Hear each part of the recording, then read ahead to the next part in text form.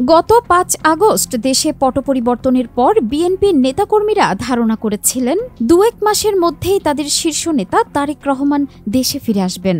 তবে দিন যতই যাচ্ছে তাদের সে ধারণা ফিকে হয়ে আসছে। কবে নাগাদ দেশে ফিরছেন তারেক রহমান তার সুনির্দিষ্ট জবাব নেই কারো কাছে। বিএনপির নেতারাও সঠিকভাবে বলতে পারছেন না তাদের শীর্ষ নেতা কবে দেশে ফিরতে পারবেন। সরকারের পক্ষ থেকে তাদেরকে দেশে ফেরানোর কাঙ্ক্ষিত উদ্যোগ না দেখে প্রশ্ন আরও গভীর হচ্ছে দলটির নেতাকর্মীদের মনে। তারেক রহমানের নামে এখনও ৮০টির মতো মামলা রয়েছে। নিষ্পত্তি হয়নি ২১ আগস্ট গ্রেনেড হামলা মামলাসহ আলোচিত একাধিক মামলা। বিএনপিপন্থী আইনজীবীরা আইনগতভাবে চেষ্টা চালিয়ে যাচ্ছেন, তারা সোচ্চার রয়েছেন।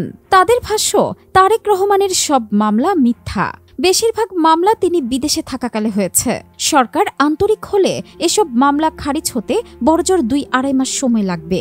বিএনপিপন্থী আইনজীবীরা বলছেন, অন্তর্বর্তী সরকারের প্রধান উপদেষ্টা ড ইউনূসের মামলা সহজেই প্রত্যাহার করে নেওয়া হয়েছে।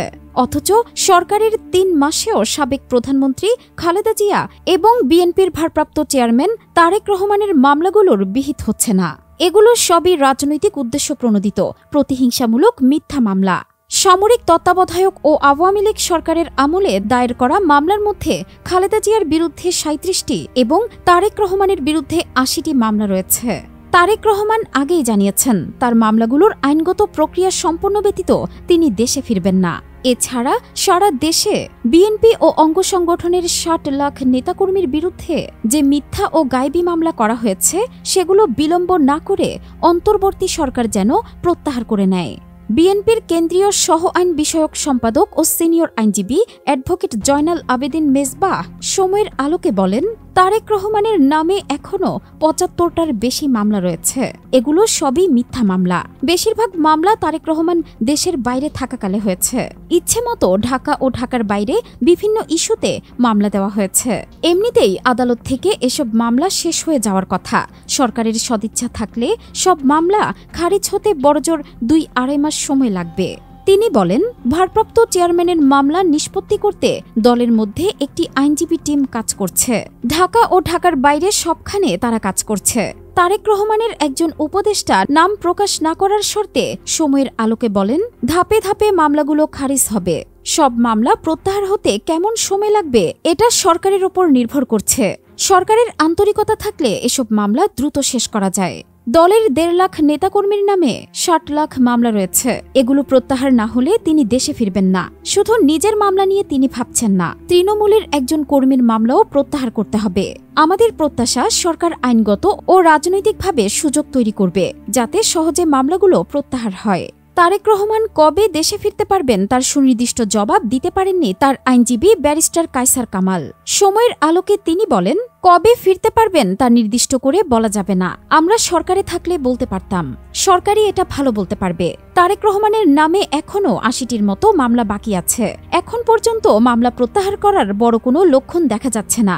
আমরা চেষ্টা করে যাচ্ছি।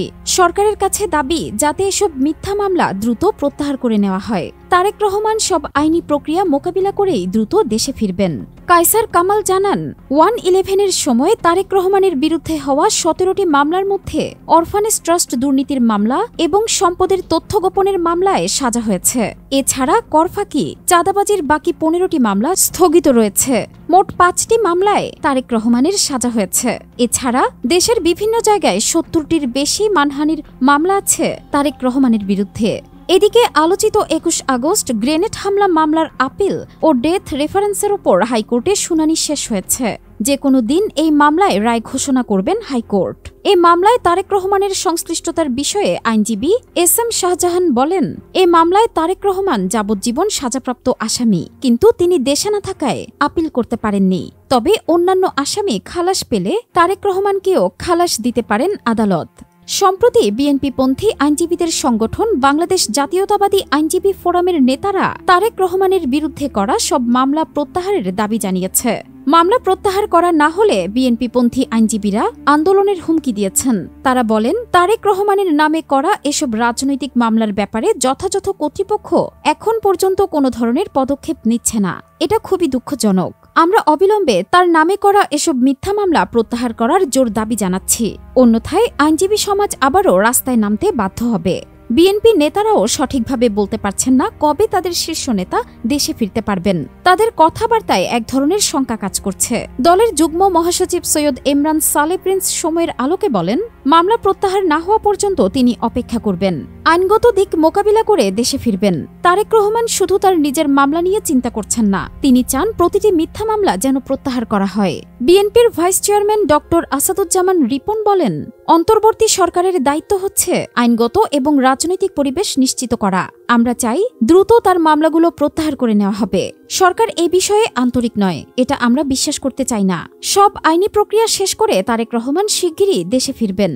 আওয়ামী লীগ সরকারের সময় রাজনৈতিক কারণে হওয়া হয়রানিমূলক মামলা প্রত্যাহারের লক্ষ্যে গত সেপ্টেম্বর মাসের তৃতীয় সপ্তাহে 2টি কমিটি গঠন করেছে স্বরাষ্ট্র মন্ত্রণালয়ের জননিরাপত্তা বিভাগ। এর মধ্যে একটি জেলা, অন্যটি মন্ত্রণালয় পর্যায়ের। এ নিয়ে একটি প্রজ্ঞাপন জারি করা হয়েছে। সেখানে বলা হয়েছে, রাজনৈতিক হয়রানিমূলক মামলা প্রত্যাহারের জন্য আগামী 31 ডিসেম্বরের মধ্যে জেলা পর্যায়ের কমিটির সভাপতি জেলা ম্যাজিস্ট্রেটের কাছে আবেদন করতে হবে। এই উদ্যোগের অগ্রগতি জানতে চাইলে রাষ্ট্রের সর্বোচ্চ আইন কর্মকর্তা attorney general advocate Mohammad Asaduzzaman কোনো মন্তব্য করতে রাজি হননি।